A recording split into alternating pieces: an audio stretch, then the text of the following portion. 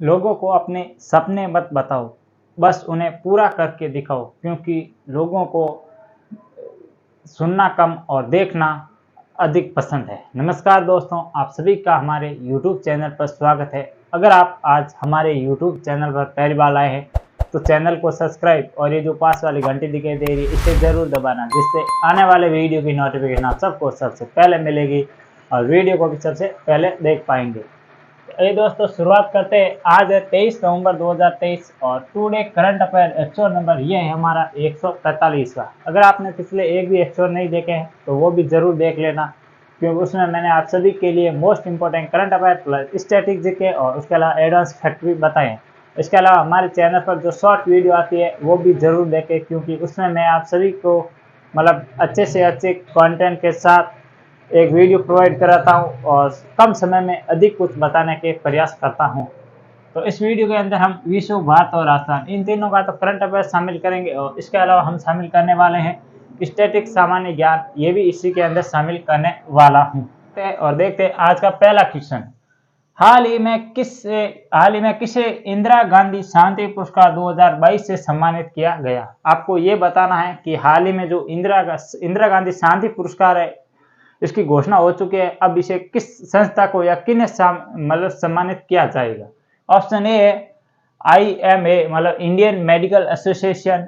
Option B है BHEL भेल मतलब Bharat heavy electronics limited. Option B है Prathama NGO non government organisation. और इसके अलावा SBI state bank of India. तो हाल ही में मतलब किन्हें 2022 का इंदिरा गांधी शांति पुरस्कार 2023 देने की मतलब घोषणा हो चुकी है या किसे सम्मानित किया गया?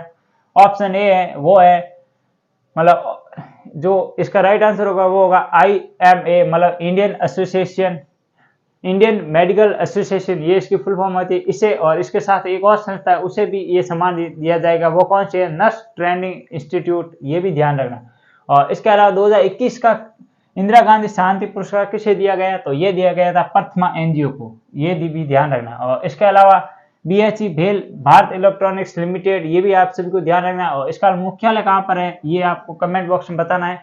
और इसके अलावा अगर ये इंदिरा गांधी शब्द है ये यहाँ से हटा दे और गांधी शांति पुरस्कार 2022 या 23 का किसे दिया गया? तो ये दिया गया था गीता प्रेस, जो कहाँ की है? गोरखपुर में स्थित है। उसे 2023 का गांधी शांति पुरस्कार दिया गया। ये भी आप सभी को इसी क्वेश्चन के साथ ध्यान रखना है। तो ये था पहला क्वेश्चन। और इसके अलावा जो मैंने एडवांस फैक्ट बताए हैं वो भी आप सभी को ध्यान रखना है। आगे बढ़ते हैं और देखते हैं आज का दूसरा क्वेश्चन। हाल ही में किस देश के साथ भारत ने वज्रपराग संयुक्त सैन्य अभ्यास किया है? आपको ये बताना है कि भारत और वो कौन सा देश है जिसकी संयुक्त सेना ने हाल ही में वज्रपराग मतलब जो युद्ध अभ्यास है वो किया है। ऑप्शन ए है USA, ऑप्शन बी है नेपाल, ऑप्शन सी है ओमान और ऑप्शन डी है बांग्लादेश। तो भारत और USA की जो संयुक्त सेना है इन्होंने मिलकर मतलब वज्रपराग जो सैन्य अभ्यास था ये कंप्लीट किया है। और ये कहाँ पर हुआ है? तो ये हुआ है शिलोंग के अंदर। और शिलोंग कहाँ पर है? तो ये है मेघालय के अंदर, मेघालय की राजधानी है, ध्यान रखना। यहाँ पर ये आयोजित किया गया। और देखें तो शिलोंग में और किसका मुख्यालय है? तो शिलोंग के अंदर दो का मुख्यालय है। एक है किसका? उत्तर पूर्वी जो परिषद है उसका। और इसके अलावा जो असम राइफल का मुख्यालय है वो भी शिलोंग मेघालय के अंदर है, ये भी ध्यान रखना है आपको। और इसके अलावा और देखें तो भारत और नेपाल के मध्य कौन सी मतलब सैन्य अभ्यास होता है? तो सूर्य किरण जो सैन्य अभ्यास है, सूर्य किरण, ये भारत और नेपाल के मध्य आयोजित की जाती है। और इसके अलावा भारत और ओमान के मध्य कौन सी मतलब सैन्य अभ्यास होता है? तो ये होता है आपका अल नजा है, ये भारत और ओमान के मध्य आयोजित होता है। और इसका जो हाल ही में संस्करण आयोजित किया गया है वो किया गया है राजस्थान के अंदर, ये भी ध्यान रखना। और इसके अलावा भारत और बांग्लादेश के मध्य कौन से मतलब संयुक्त अभ्यास होता है? तो ये होता है कौन सा? बोंगो सागर और मित्र शक्ति, ये दो है, ध्यान रखें। मित्र शक्ति श्रीलंका है, ध्यान। बोंगो सागर है जो बांग्लादेश और भारत के मध्य आयोजित किया जाता है। और इसके अलावा श्रीलंका के मध्य, भारत और श्रीलंका के मध्य कौन सा होता है? तो सिलिनेक्स और मित्र शक्ति, ये भी ध्यान रखना। और इसके अलावा मालदीव और भारत के मध्य कौन सा सैन्य अभ्यास होता है? ये आप सभी को कमेंट बॉक्स में बताना है। तो ये थे आज के दो क्वेश्चन। आइए आगे बढ़ते हैं और देखते हैं आज का तीसरा क्वेश्चन। हाल ही में कौन से क्रम की मिस यूनिवर्स 2023 घोषणा हो चुकी है? किस देश की बनी वो भी मैं बताने वाला था। आपको ये बताना है इस क्वेश्चन के अंदर कि वह कौन से क्रम की थी और जिसका नाम क्या है? प्लासियोस सेनिस प्लासियोस, ये इसका मतलब पूरा नाम है, इसका ध्यान रखना है। आपको सिर्फ इस याद रखना, सेनियस आपको याद रख लेना, ये आगे की जरूरत नहीं है ध्यान रखने की। तो ये कौन से क्रम की बनी? ऑप्शन ए है वो है 72 क्रम की, ऑप्शन ए है 71 क्रम की, ऑप्शन सी है 70वें क्रम की और ऑप्शन डी है 69वें क्रम की। तो ये कौन से मतलब क्रम की जो मिस यूनिवर्स 2023 बनी है? तो ये बनी है 72 क्रम की, ये भी ध्यान रखना है। और ये 2023 के 2022 की कौन से क्रम की थी? 71वें क्रम की। कौन सी? उनका नाम था गोबी गैब्रियल, ये ध्यान रखना, जो यूएसए की थी, यूएसए की थी 71 नंबर की। उसका नाम क्या था? बोनी गैब्रियल नाम था, ये भी ध्यान रखना। और इसके अलावा 70वें नंबर की थी भारत की, कौन सी? हरनाथ सिंधु। हरनाथ जो सिंधु थी, ये भारत की थी, कौन से नंबर की? 70वें नंबर की थी। और इसके अलावा कुल भारत की 3 महिलाएं जो मिस यूनिवर्स मतलब जो खिताब अपने नाम कर चुकी हैं। तो पहले कौन सी थी? एक का नाम है नंबर 1 थी लारा दत्ता और एक थी सुष्मिता सेन। कैसे ये सुष्मिता सेन आपको ये बताना है।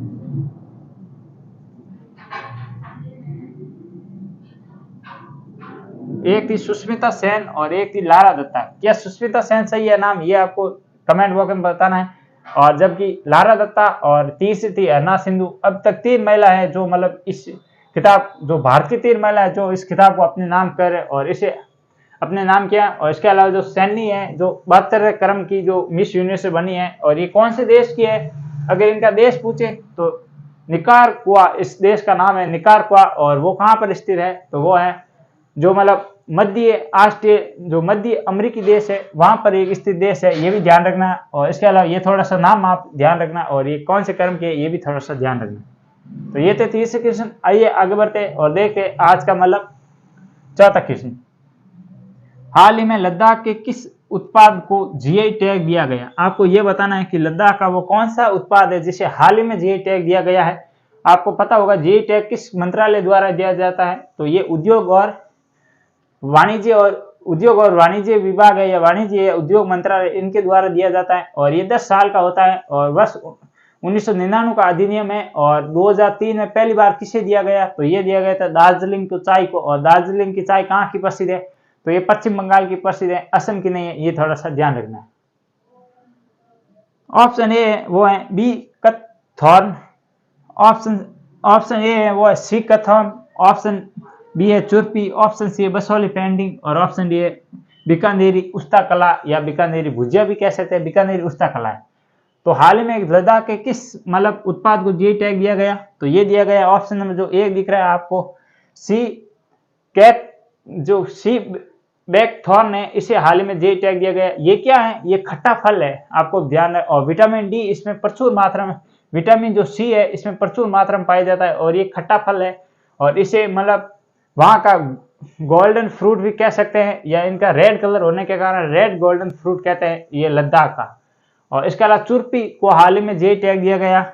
ये पनीर है, ये किसका पनीर है? तो ये याकनी का पनीर है, ध्यान रखना। और इसके अलावा ये कहाँ का प्रसिद्ध था? तो ये अरुणाचल प्रदेश का था और इसे भी हाल ही में जीआई टैग दिया गया। इसके अलावा बसौली पेंटिंग कहाँ की प्रसिद्ध है जिसे हाल ही में जीआई टैग दिया गया? तो ये जम्मू कश्मीर के और इसे भी हाल ही में जीआई टैग दिया गया। और इसके अलावा बीकानेरी जो उस्ता कला है, इनको भी जीआई टैग दिया गया और ये राजस्थान की प्रसिद्ध है। और बीकानेर जिला विशेष तौर से ये प्रसिद्ध है वहां का। और ये कहाँ पर की जाती है? तो ऊंट के खाल पर की जाती है, जो मरतूर होता है उसकी खाल पर की जाती है उस्ता कला, ये भी ध्यान रखना है। तो ये थे 4 क्वेश्चन जिसमें मैंने आपको विश्व और भारत का करंट अफेयर बताया, प्लस इसका स्टैटिक सामान्य ज्ञान भी बताने की कोशिश की है। अब जो आगे 2 क्वेश्चन है ये है special Rajasthan current affair, plus होगा राजस्थान स्टैटिक सामान्य ज्ञान का भी इसमें कवर करने की कोशिश करूंगा। तो हाल ही में बन रहा इस्कॉन मंदिर में बस्सी पहाड़पुर के पत्थरों का उपयोग हो रहा है या उपयोग किया जाएगा। तो ये मंदिर किस स्थान पर बन रहा है? आपको ये पूछा है कि जो ये मंदिर है इसका नाम क्या है? इस्कॉन मंदिर। तो ये मंदिर किस स्थान पर बन रहा है, या मतलब हाँ कौन सा स्थान है जहां पर ये मंदिर बन रहा है? वहां पर बस्सी, जो चित्तौड़गढ़, जो बस्सी पहाड़पुर है, ये कहां पर है? जो कहां पर है? चित्तौड़ में। वहां के पत्थरों का प्रयोग किया जा रहा है। ऑप्शन ए है नाथद्वारा, ऑप्शन बी है अयोध्या, ऑप्शन सी है इंदौर और ऑप्शन डी है आगरा। तो ये मंदिर कहाँ पर बन रहा है, जिसका नाम क्या है, इस्कॉन मंदिर है। तो ये बन रहा है आपका इंदौर, और इंदौर एमपी के अंदर। ध्यान रखना, सबसे स्वस्थ शहर देखे या सिटी देखे तो वो भी इंदौर है, लगातार अपने मतलब लगातार स्वस्थ के नंबर 1 पर बनी हुई है। और इसके अलावा जो ये मंदिर बन रहा है इस्कॉन मंदिर, अब यहाँ पर इंदौर में बन रहा है, और बस्सी पहाड़पुर जो पहाड़पुर वहाँ के लाल पत्थरों का उपयोग किया जाएगा। और इसके अलावा आपको पता है ऑप्शन ए भी दिख रहा है, नाथद्वारा। नाथद्वारा क्यों प्रसिद्ध है? नाथद्वारा राजसमंद में, और यहाँ पर 5G की शुरुआत राजस्थान में सबसे पहले यहीं पर हुई थी। श्रीनाथ जी का यहाँ पर मंदिर है। और इसके अलावा हाल में यहाँ पर विश्व की सबसे ऊंची जो भगवान शिव की प्रतिमा स्थापित की गई, जिसका नाम था विश्वास स्वरूपम, जो सबसे ऊंची प्रतिमा थी। और इसके अलावा उसके वास्तुकार तो उनके नरेश कुमार, ये भी नाथद्वारा में स्थापित की गई। और इसके अलावा अयोध्या में राम मंदिर बन रहा है, और जो अयोध्या में राम मंदिर बन रहा है वहां पर भी बस्सी पहाड़पुर के जो लाल पत्थर है उसका उपयोग किया गया है। और इसके अलावा आगरा का तो जो कौन सा ताजमहल है ना, आगरा का तो जो ताजमहल है यहाँ पर भी किसका प्रयोग किया गया था? तो कुछ लाल पत्थर, कुछ संगमरमर का प्रयोग हुआ था। और संगमरमर सबसे बेस्ट कहाँ की है? मकराना नागौर की, वहां की संगमरमर का भी इसमें प्रयोग किया गया था। आइए आगे बढ़ते हैं और देखते हैं आज का अंतिम क्वेश्चन। राजस्थान की तीसरी सबसे बड़ी बर्ड सेंचुरी किस जिले में बन रही है? आपको यह बताना है कि राजस्थान में कुल कितनी बर्ड सेंचुरी है। पहले 2 थी, अब तीसरी बन रही है। तो ये तीसरी किस जिले में बन रही है? ऑप्शन ए है जयपुर, ऑप्शन बी है उदयपुर, ऑप्शन सी है बीकानेर, और ऑप्शन डी है, ये दोनों बीकानेर नहीं है, यहाँ पर एक उदयपुर कर लेते हैं। उदयपुर हो गया, जोधपुर कर लेते हैं, जोधपुर। तो ऑप्शन डी है वो है जोधपुर। तो इसका जो राइट आंसर होगा वो तो होगा ऑप्शन नंबर ए। कहां पर बन रही है? तो ये बन रही है जयपुर के अंदर, और राजस्थान की तीसरी सबसे बड़ी बर्ड सेंचुरी। अब आपको बता दूं कि राजस्थान में कुल 3 बर्ड सेंचुरी है। पहली कौन सी है? केवलादेव जो बर्ड सेंचुरी ये है। दूसरी आपको कमेंट बॉक्स में बताना है। तीसरी मैं आपको बता दी कि सबसे बड़ी बर्ड सेंचुरी बन रही है जयपुर के अंदर। तो ये थे टोटल 6 क्वेश्चन, और इसके साथ हमने शामिल किया था स्टैटिक सामान्य ज्ञान को भी। वीडियो कैसा लगा मुझे कमेंट बॉक्स में बताना, और अभी तक हमारे चैनल को सब्सक्राइब और वीडियो को लाइक नहीं किया था वो भी जरूर कर लेना। आज के लिए इतना ही, कल फिर मिलेंगे इसी जोश और जुनून के साथ। तब तक के लिए जय हिंद, जय भारत।